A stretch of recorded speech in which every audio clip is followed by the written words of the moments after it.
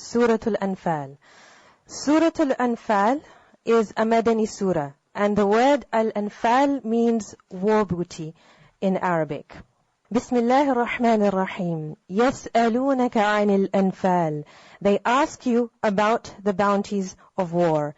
Say, the decision concerning bounties is for Allah and the Messenger. فَاتَّقُوا اللَّهَ وَأَصْلِحُوا ذَاتَ بَيْنِكُمْ. So fear Allah and amend that which is between you, and obey Allah and His Messenger, if you should be believers. يَسْأَلُونَكَ عَنِ الْأَنْفَالِ. They question you about the war booty. What is this referring to? At the time of the Battle of Badr, the believers had gathered a lot of war booty. The Battle of Badr was the first war that the Muslims faced after they migrated to Medina. So it was the first battle that the Muslims had been involved in. They gained much war booty at that time, and the war booty was in the hands of a few people and not the many, not the large group of people. A few had control of it. So the people began to think that it's going to be divided the same way it was divided at the time of Jahiliyyah, at the time of ignorance. But some people asked, they questioned, what is going to happen concerning the war booty? How does Allah respond? What does He say in this ayah? The decision concerning bounties is for Allah and the Messenger alone. Meaning now you are going to have revelation, commands of Sharia, which are going to tell you how you divide the war booty from now on. It is not going to be like the times of Jahiliyyah. Then what does Allah tell the believers that they should do, that they should focus on? He says, so fear Allah and amend that which is between you. He calls them to have taqwa, to have fear of Allah. What is taqwa? Literally fear of Allah, being conscious in everything that you do. So what does that mean, to be conscious in everything that you do? So you're conscious, you stay away from He dislikes, and you do what He likes. So in this context, amend the affairs between you. أَصْلِحُوا ذَاتَ بَيْنِكُمْ. What does this mean? That in relationships between you, you should have taqwa. You should do what Allah likes and stay away from what Allah dislikes. Specifically in the matter of wealth. Wealth can cause great discord between people, whether it's husband and wife, whether it's siblings, whether it's parents and children, whether it's cousins, whether it's people who are working together in one institute, organization, business. It can cause huge discord. How does it cause discord? Because negative feelings arise when people feel that wealth is not being distributed correctly or their rights are not being given to them. And what happens then? Those negative feelings lead to certain actions. People start to do what? What does negative feelings cause people to do? Backbite. Go to someone and say, well, you know, I think this is not fair or this is not right. And then that person can either tell you, absolutely, what you're saying is totally right, and now we have further discord between you. Or that person can calm you down, placate you and say, no, I'm sure there's an explanation for this. Or, yes, maybe you're right, deal with it in the best way. Deal with it with honesty and uprightness, but don't start backbiting. Don't start carrying this negativity around with you. So, أَصْلِحُوا ذَاتَ بَيْنِكُمْ.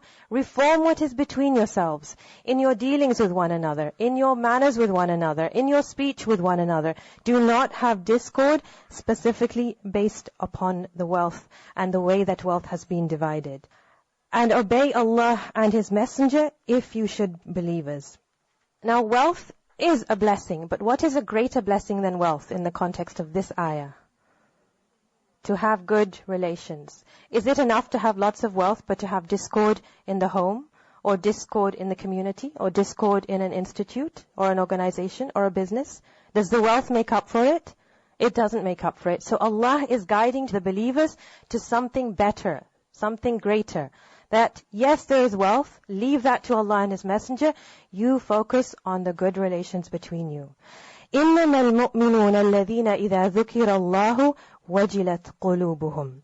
The believers are only those who, when Allah is mentioned, their hearts become fearful. Meaning their hearts have taqwa. There's a reaction in their hearts when they hear Allah and His name, His commands, His words mentioned. And when His verses are recited to them, it increases them in faith, and upon their Lord they rely. How does listening to the Quran increase one in faith?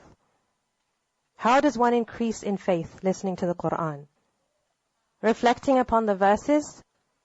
The Quran gives you reminders So you reflect upon the verses, it gives you reminders, you can connect it with your life. It gives you guidance for your life.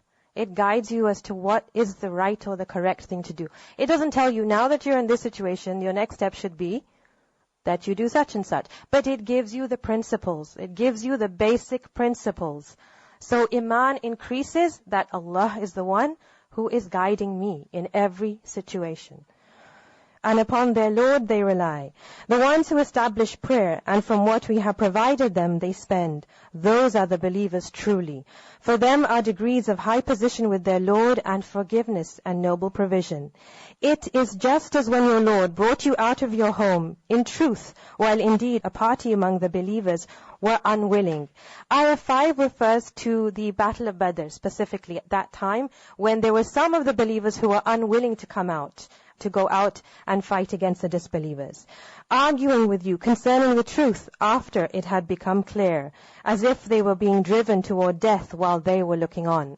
So the believers were afraid when they were going out. Some were afraid going out to the Battle of Badr, and they would be afraid. They were going to meet an army that was much greater than them. This was the first time the believers were going to face the disbelievers in battle.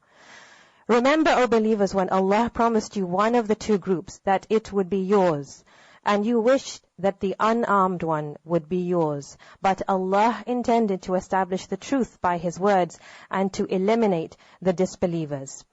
So Allah says, remember when He promised you one of the two groups that it would be yours. So there were two groups, and you wished the unarmed one would be yours. What is the context of this verse?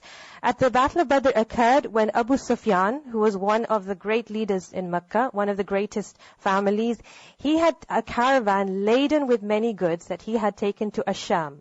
Asham is modern-day Syria, Lebanon, this area. He was returning from Asham laden with many goods, and those goods were going to come to Mecca and be sold for huge amounts of money. He had to pass by Medina, not through, but he had to pass by Medina on his way. And he was worried that the Muslims are going to attack my caravan. There's not enough people to protect, and they will attack. So he called for help from Mecca. He sent a messenger. The messenger went to Mecca and made a big issue of everything. He incited the mushrikeen that believers are going to attack. Abu Sufyan is in danger. The Muslims are going to attack all of your goods that Abu Sufyan is coming with. So the Meccans gathered a huge army, up to approximately 1,000 fighting men, and they went out to face the Muslims.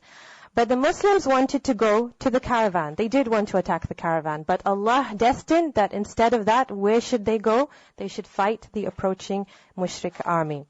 And why was this? Allah intended to establish the truth by His words and eliminate the disbelievers. What was the truth Allah wanted to establish? He wanted the believers to face the disbelievers in battle and win. So that would establish which truth? The truth of Islam. That He should establish the truth and abolish falsehood, even if the criminals disliked it.